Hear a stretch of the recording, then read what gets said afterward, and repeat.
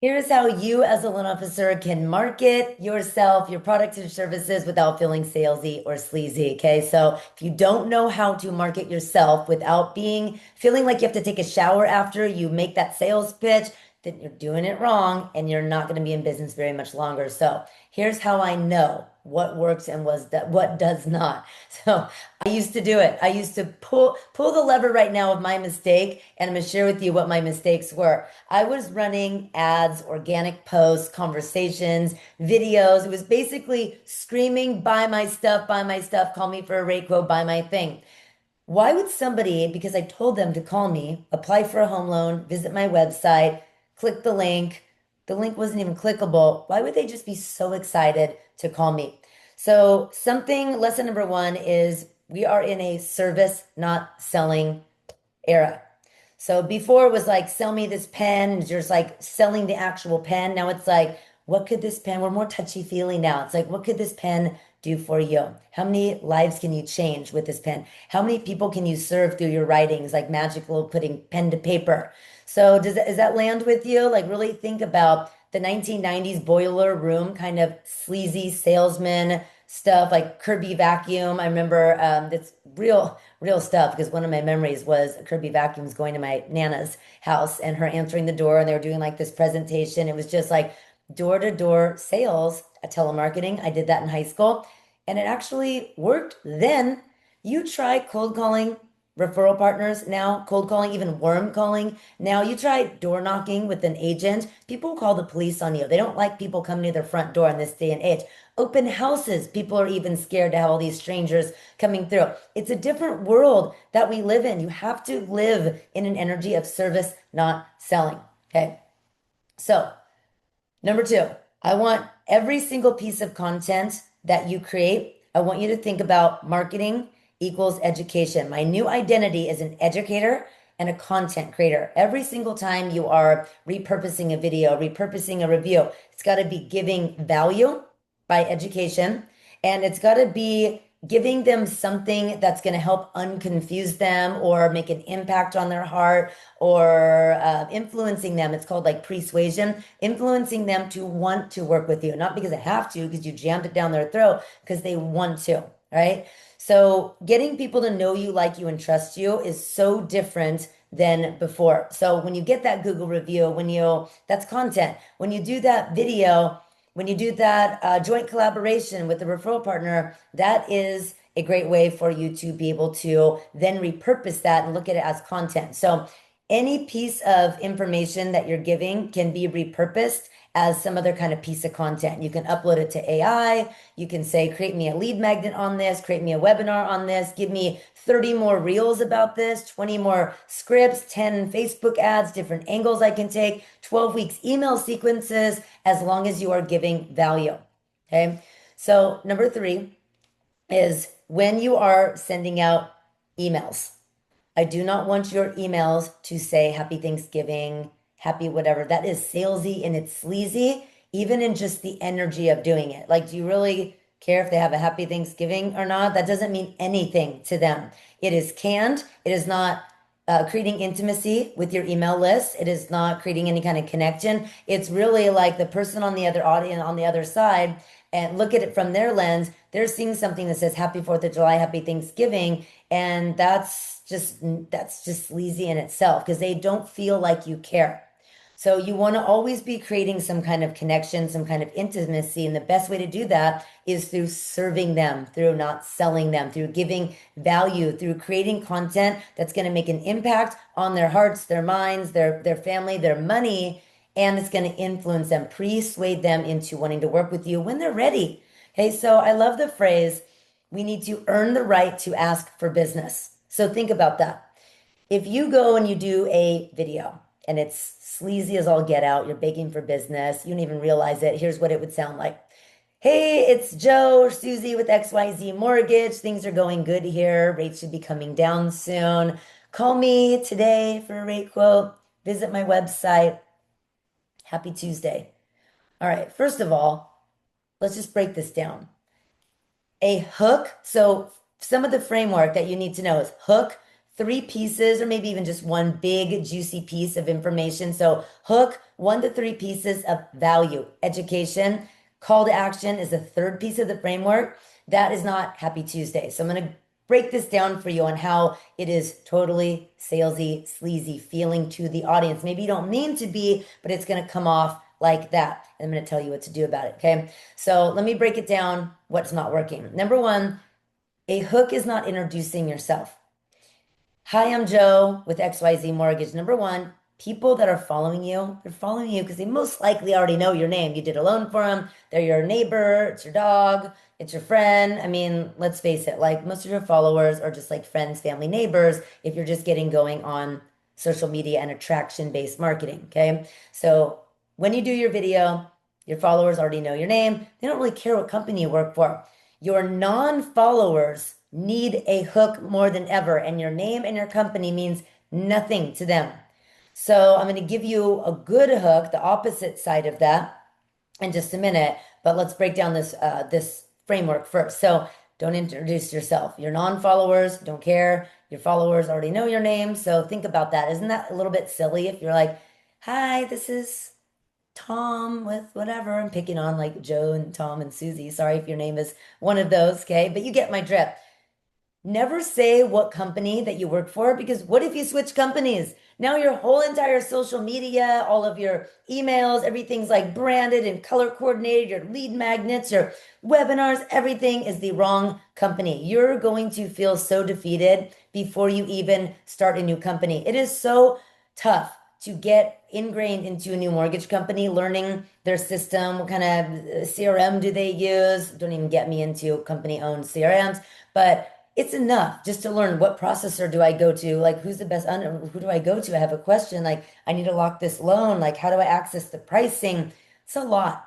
So you don't want to be, in addition to changing all your coloring, branding templates. Now, you always want to be compliant, of course, but you don't want to have everything branded unnecessarily. So make sure you're always doing things where you have your NMLS, company NMLS, follow the compliant way that we're supposed to do things as licensed loan officers, but also working for that particular mortgage company. But when you're doing a video, for example, hi, this is blah, blah, blah, XYZ Mortgage, and you frame it in like blue and yellow, you know, the company of the mortgage company, why are you doing that? It's just weird. It makes it feel so corporate, and it is not congruent with the way that social media should roll. Your organic posts need to just flow. Even your ads, it needs to just flow in the organic feed where people are looking up funny, you know, animal reels and mom memes and all this stuff I send to my daughters, like, Mom, stop with the reels. And then bam, there's an ad that's like branded and it's like templated and bordered with all these colors. I'm like, ugh,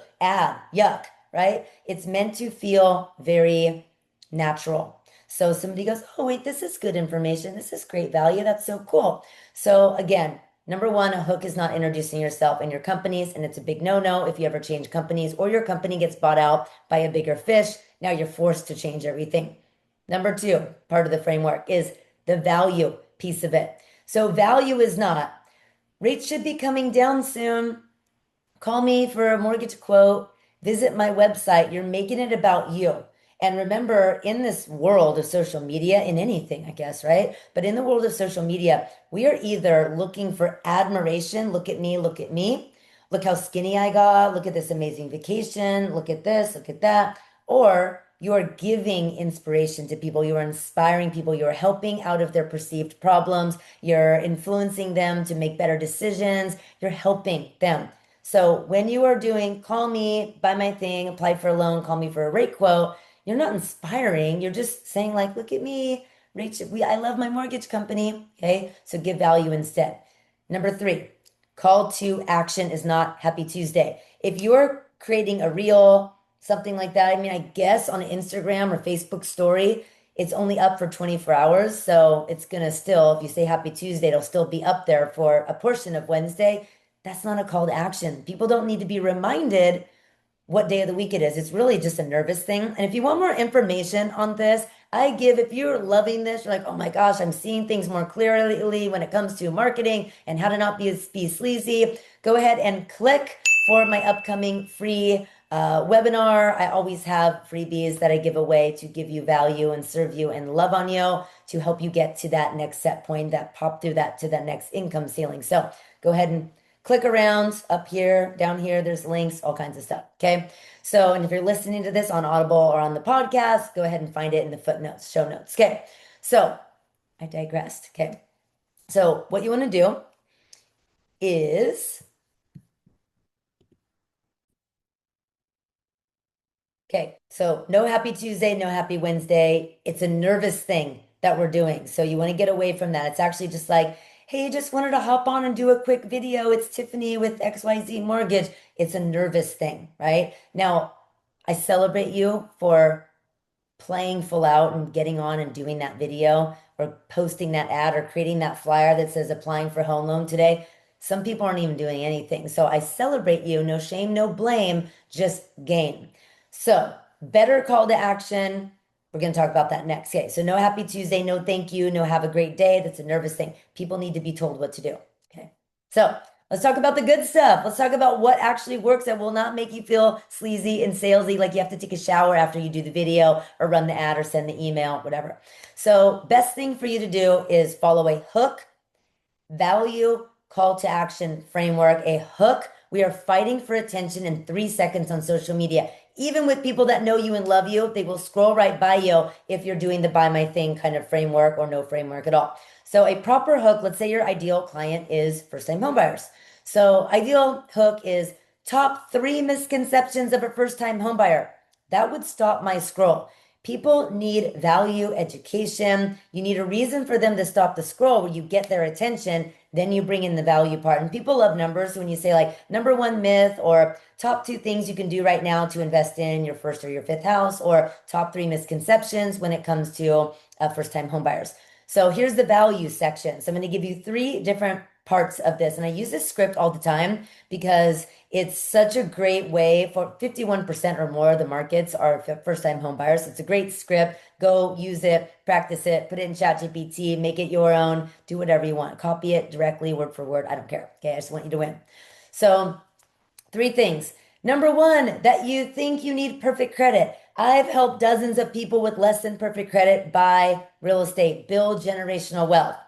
So in bullet point number 1, I help them see something differently. So I reframed what credit score is even needed. They don't know exactly what the credit score is. That's why they got to show up, book the call with me, show up to a webinar, download my free, whatever it is, my lead magnet. You don't call it a lead magnet. That's for a different training. But basically, you're saying something without saying something. So you just gave them information of, oh my gosh, I don't need perfect credit. I thought I did.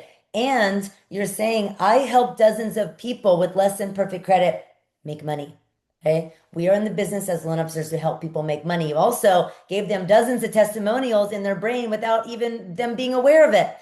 Number 2, bullet point, we're in the value section of the framework, that you think you need 20% down. I'm always shocked that people still think like 81% of first-time home buyers think that you need 20% down. It's absolutely not true. Or that down payment assistance is for low-income housing. Not true. Number 3, so I don't really tell them, well, how much do I need? Like, I don't get into FHA loans and all these things. It's like a 60-second script. Number 3, and this is a big one, that you call a realtor first. No. So you're getting them to think, well, wait, I thought I do call a realtor first. Why? I don't know. People don't know what they don't know. This is their first, that's the reason why they're first-time home buyers, because they're stuck in the rent cycle and they think, I'm just going to wait until I find a realtor I like, or I'm just going to wait till I find that dream home and I'm just going to go on Zillow or realtor.com and just click the link and ask for information about the house. They have no clue about the money math side of things, which is where you, as a loan officer, your area of expertise comes into it. So you're already saying big no, right? You want that lead first anyways. You want to be able to give it to the real estate partners that you love working with. This is how you get your power back. This is how you're actually able to serve realtors at a higher level too, because you're getting them pre-approved. You're figuring out the money and connecting them with a like-minded agent. So everything just flows better. That's absolutely not true. So number 3, we're in bullet point number 3, that you call a realtor first. That is absolutely not true. I am a leading mortgage lender. So don't say LO, MLO, loan officer, loan originator. I am a leading mortgage lender that will help you come up with the money, figure out the plan, hook you up with an expert real estate agent in the neighborhood that you have the purchase power to buy in. So do you see what I just did there? Basically, you're getting the deal first. You're also, and it's true. I mean, do you agree with me? Like, think about that. Do you agree that it's better for them to be fully pre-approved for income, assets, everything to be looked at, cash to close? Are they getting gift funds? What's going on? So they don't call a realtor and burn their time. You don't want to do that to your friend, your friendly referral partner, right? Your friendly friend that's in real estate that you might want to get to know, right? Your future friend. You don't want to burn that relationship and give them an unapproved person or have somebody come and burn their time and take the focus off what they should be doing, which is doing deals with you. Okay. So now, call to action. Call to action is so important. Here's some different ones you can use. If you have an automation like my Go High Level CRM and Ignite, we give you as a bonus a tool of the Go High Level CRM. You can actually connect a calendar link and an automation where you can say it's kind of like ManyChat. ManyChat's another option for it, but I love my good old GHL. You can say to book a free 30-minute discovery session with me on Zoom, comment or DM the word link. Let's say you're on Instagram, okay? Comment or DM the word link. Or DM me the word link, and within 24 hours, if you don't have the automation set up, I will send you my calendar bookings. Now, obviously, when you do this, you have to keep checking or have a team member of yours check your Facebook DMs, your Instagram DMs. Otherwise, or TikTok, whatever platform you're on. Otherwise, it's gonna be really bad when there's crickets and nobody's responding to them. So if you want access to my Ignite CRM or information on that, there's a book a call link somewhere above in the bio also. So you get the option of going to my standout method to know how to stand out and serve people at a higher level and attract business instead of feeling like a salesy, sleazy car salesman from 1990s. Or you can roll with me and you become a master marketer that knows how to serve people, give value, educate, how to use that value in education and repurpose that to create more content off of any long form, anything that you do. It is not fun to repurpose content that screams buy my thing. All it is you're just creating a bunch of little mini me's of buy myself, I'm apply for a loan, business, happy Monday, happy Tuesday. You can't slice that stuff up. It's giving no value. So what I just did in that last part that I want to really highlight is I said, I'm a leading mortgage lender. Comment or DM the word link for a free 30-minute discovery session. There's so much in that little sentence that really hits differently if you're looking at it from the lens of your future client. So you just said leading mortgage lender. You just pop that in there, okay? And you're a leader even for doing the right framework. So if you're brand new, it's day one, homie, of being a loan officer. It doesn't matter because you still are being a leader because you're leading better than the dinosaur lender that's using the bad script, the hook value call to action that has no hook, no value, and not a good call to action. They're saying happy Monday, right? So you are already leading them and you're helping them out of their problem, which makes you a leader already. So don't feel bad. Don't feel guilty. Don't feel like you're lying. Don't say you're a top producer, lie about how many years you've been in the business, but you're also saying comment or DM the word link. You're telling them exactly what to do to get on with you. You're training them how to treat you. So you're not saying, call me and I can't find your phone number anywhere. You're actually saying like, hey, I have automation set up. You can grab a spot on my calendar because my time is valuable. So you're creating scarcity with yourself as well. All of these things pull you so far away from being sleazy, car salesman, cheesy, screaming, begging for business. So if you want more information, and if you're thinking like Tiff, okay, I signed up for the freebie, I'm going to go to the webinar, I'm going to book a call with the team, whichever one you feel seems fitting for where you're at right now. If you want more information on things like this, go look for my other YouTube videos regarding loan officers. Just type in Tiffany Rose Coaching, loan officers, go find those trainings. I have a ton of free content for you. Like, subscribe, follow all the things so you get notified when I post these videos. I usually post about 3 to 5 times a week. Law of the farm, right? Every deed is a seed. I love to serve. I love to help. If I could do my job for free, I would. So you help me when you like, subscribe, comment, so I can keep doing this kind of stuff for $0.99. So thanks so much. I'll see you on the next video.